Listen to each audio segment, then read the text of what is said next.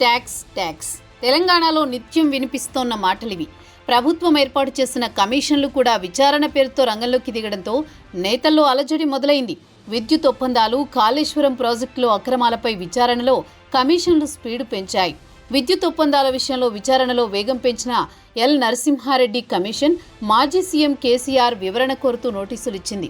కాళేశ్వరంపై విచారణకు కేసీఆర్ రాబోతున్న నేపథ్యంలో పాలిటిక్స్ హైటెక్కాయి. మరోవైపు అవినీతికి తెరలేపారంటూ కాంగ్రెస్ మంత్రులను బీఆర్ఎస్ నేతలు టార్గెట్ చేశారు. రామగుండం ఎన్టీపీసీలో రవాణా శాఖ మంత్రి పొన్నం ప్రభాకర్ ఫ్లై యాష్ కుంభకోణానికి పాల్పడుతున్నారని బీఆర్ఎస్ ఎమ్మెల్యే కౌశిక్ రెడ్డి ఆరోపించారు. పత్తి విత్తనాల విషయంలో అక్రమాలు జరుగుతున్నాయంటూ మాజీ మంత్రి జగదీష్ రెడ్డి సెన్సేషనల్ కామెంట్స్ చేశారు. మంత్రి ఉత్తమ్ కుమార్ రెడ్డి ధాన్యం కొనుగోళ్లలో కుంభకోణానికి పాల్పడ్డారని ఆరోపణలు వినిపిస్తున్నాయి. పవర్లో ఉన్న తమపైనే ఆరోపణలు చేస్తారా? మీరు చేసిన అక్రమాలపై మిమ్మల్ని వదలమంటోంది అధికార పక్షం. అందుకు సంబంధించి కాళేశ్వరం అంశాన్ని ప్రధానంగా చూపిస్తున్నాయి.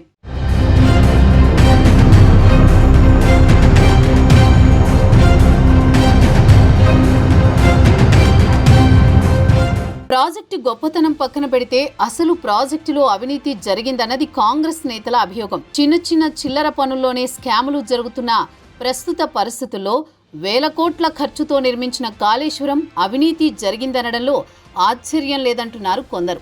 కాళేశ్వరం ప్రాజెక్టులో అవినీతి జరిగిందా లేదా అన్నది అసలు ప్రశ్న కాదు. నిర్మాణ లోపాలపై ఏడాదిగా విచారణ జరుపుతున్న జస్టిస్ పీసీ ఘోష్ కమిషన్ మాజీ ముఖ్యమంత్రి కేసీఆర్కు నోటీసు జారీ చేసింది. ఈ పిలుపు సహజంగానే రాజకీయ వర్గాల్లో ప్రధాన చర్చగా మారింది. ఈ క్రమంలో మొదట అప్పటి ఆర్థిక మంత్రి, ప్రస్తుత బీజేపీ ఎంపీ ఈటెల రాజేందర్ విచారణకు హాజరయ్యారు. కాళేశ్వరం ప్రాజెక్టు సమాచారమంతా మాజీ ముఖ్యమంత్రి కేసీఆర్, మాజీ మంత్రి హరీష్ రావు వద్దే ఉందని వెల్లడించారు. కాళేశ్వరం కమిషన్ ముందు విచారణకు హాజరైన ఈటెలను సుమారు 20 నిమిషాల పాటు వివిధ అంశాలపై జస్టిస్ పీసీ ఘోష్ కమిషన్ ప్రశ్నించింది. నీటి లభ్యతను దృష్టిలో ఉంచుకునే ప్రాజెక్టును తుమ్మిడిహెట్టి నుంచి మేడిగడ్డకు మార్చాల్సి వచ్చిందని, ఆనకట్టల నిర్మాణం సాంకేతిక నిపుణులకు సంబంధించిన అంశమని ఈటెల వివరించారు. సాంకేతిక కమిటీ, కేబినెట్ కమిటీ సిఫార్సు మేరకే మంత్రిమండలి నిర్ణయం తీసుకుందని తెలిపారు. కార్పొరేషన్ ఏర్పాటుపై ప్రశ్నించగా నిధుల కొరత దృష్ట్యా కాళేశ్వరం కార్పొరేషన్ ఏర్పాటు చేసినట్లు చెప్పారు. పారిశ్రామిక, తాగునీటి వినియోగంపై డబ్బు వసూలు చేయాలని డిపిఆర్లో ఉందని, అయితే నగదు వసూలు చేయలేదని ఈటెల కమిషన్కు వివరించారు. కాళేశ్వరం అంశాన్ని రాజకీయ ప్రయోజనాలకు వాడుకోవద్దని, కాళేశ్వరం నష్టాలకు కారణమైన వారిపై చర్య తీసుకోవాలి, వారిని కఠినంగా శిక్షించాలి.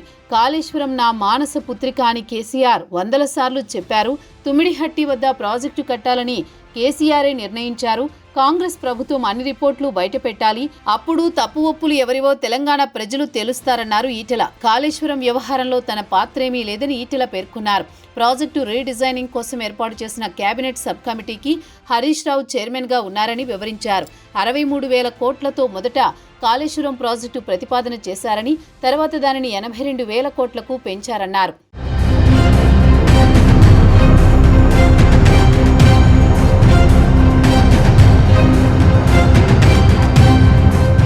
అదే బాటలో మాజీ ముఖ్యమంత్రి కేసీఆర్, మాజీ మంత్రి హరీష్ రావు కూడా విచారణకు హాజరవుతారా, లేక న్యాయపరంగా అందుబాటులో ఉన్న మార్గాలను అన్వేషిస్తారా అనేది కీలకంగా మారుతోంది.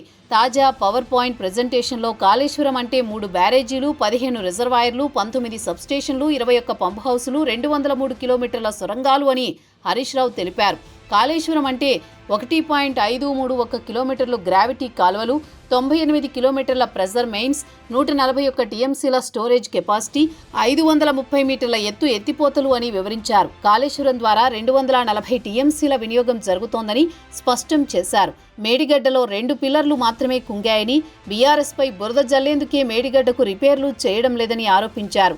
గతంలో ప్రాజెక్టుల ద్వారా చెరువులు నింపే పరిస్థితి లేదని, బీఆర్ఎస్ ప్రభుత్వం వచ్చాక 2,300 చెరువులను నీటితో నింపారని హరీష్ రావు గుర్తు చేశారు.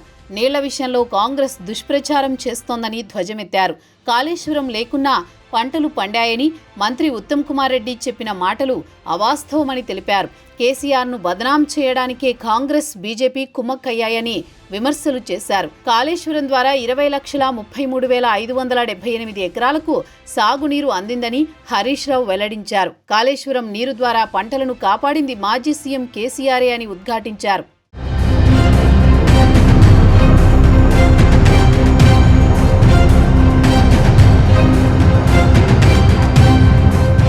కేసీఆర్ కమిషన్ విచారణకు హాజరు కావడం వలన చట్టపరంగా ఎదురయ్యే చిక్కులతో పాటుగా రాజకీయంగా ఎదురయ్యే లాభ నష్టాలను బేరీజు వేసుకుని తుది నిర్ణయం తీసుకునే అవకాశం ఉందని అంటున్నారు. కేసీఆర్ విచారణకు హాజరైనా కాకున్నా కమిషన్ ఇచ్చే నివేదికలో మార్పేమీ ఉండదు. నిజానికి రాజకీయ కక్ష సాధింపు లక్ష్యంగా నివేదిక ఇప్పటికే సిద్ధమైందని బీఆర్ఎస్ వర్గాలంటున్నాయి. కేవలం ఫార్మాలిటీ కోసం మాత్రమే కేసీఆర్ను కమిషన్ విచారణకు పిలిచింది. మరోవైపు విచారణకు హాజరు కాకపోతే తప్పును ఒప్పుకున్నట్లవుతుందని, అలాగే రాజకీయ బురద జల్లేందుకు అవకాశం కాంగ్రెస్కు ఇచ్చినట్లవుతుందని, కాబట్టి కేసీఆర్ విచారణకు హాజరు కావడమే ఉత్తమమని బీఆర్ఎస్ ముఖ్య సలహాదారులు భావిస్తున్నట్టు తెలుస్తోంది. ఇప్పటికే మంత్రి శ్రీధర్ బాబు తప్పు చేయకపోతే విచారణకు హాజరయ్యేందుకు భయమెందుకని ప్రశ్నించారు. గతంలో ఫార్ములా ఈ కార్ రేసులో కేటీఆర్, ఏసీబీ విచారణకు హాజరయ్యారు. ఇప్పుడు కేసీఆర్ కూడా అదే బాటలో నడిస్తే మరింత అబాసుపాలు కావాల్సి వస్తుందని, సో విచారణకు అవకాశంగా మలుచుకుని రేవంత్ రెడ్డి చరిత్రను, కాంగ్రెస్ చరిత్రను ఎండగట్టవచ్చని అంటున్నారు. అలాగే కాళేశ్వరం ఎపిసోడ్ మొత్తం రాజకీయ డ్రామాగానే చూడాలని, ముఖ్యంగా ముఖ్యమంత్రి రేవంత్ రెడ్డి కక్ష సాధింపు రాజకీయాలకిదో మచ్చుతునకగా మారుతుందని కేసీఆర్ అంతర్గతంగా చెప్పినట్టు తెలుస్తోంది.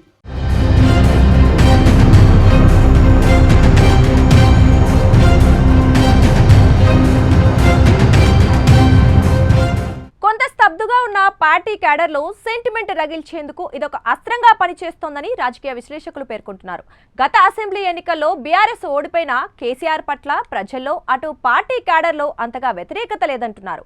కాళేశ్వరం ప్రాజెక్టులో అవినీతి జరిగిన తెలంగాణ ఉద్యమానికి మూలాధారమైన నీళ్లు, నియామకాలు, నిధుల్లో మొదటిదైన నీళ్ల విషయంలో కేసీఆర్ ప్రాజెక్టుల నిర్మాణంతో పాస్ మార్కులు కాదు ఫస్ట్ క్లాస్ మార్కులే తెచ్చుకుందని రాజకీయ పరిశీలకులు అంటున్నారు. తెలంగాణలో ఇప్పుడు అవినీతి ఆరోపణల చుట్టూ రాజకీయాలు తిరుగుతున్నాయి. మరి ఇందులో నిజాలేంటి, రాజకీయ ఆరోపణలేంటి తేల్చాల్సింది ఏజెన్సీలే, నిజాయితీ నిరూపించుకోవాల్సింది నాయకులే.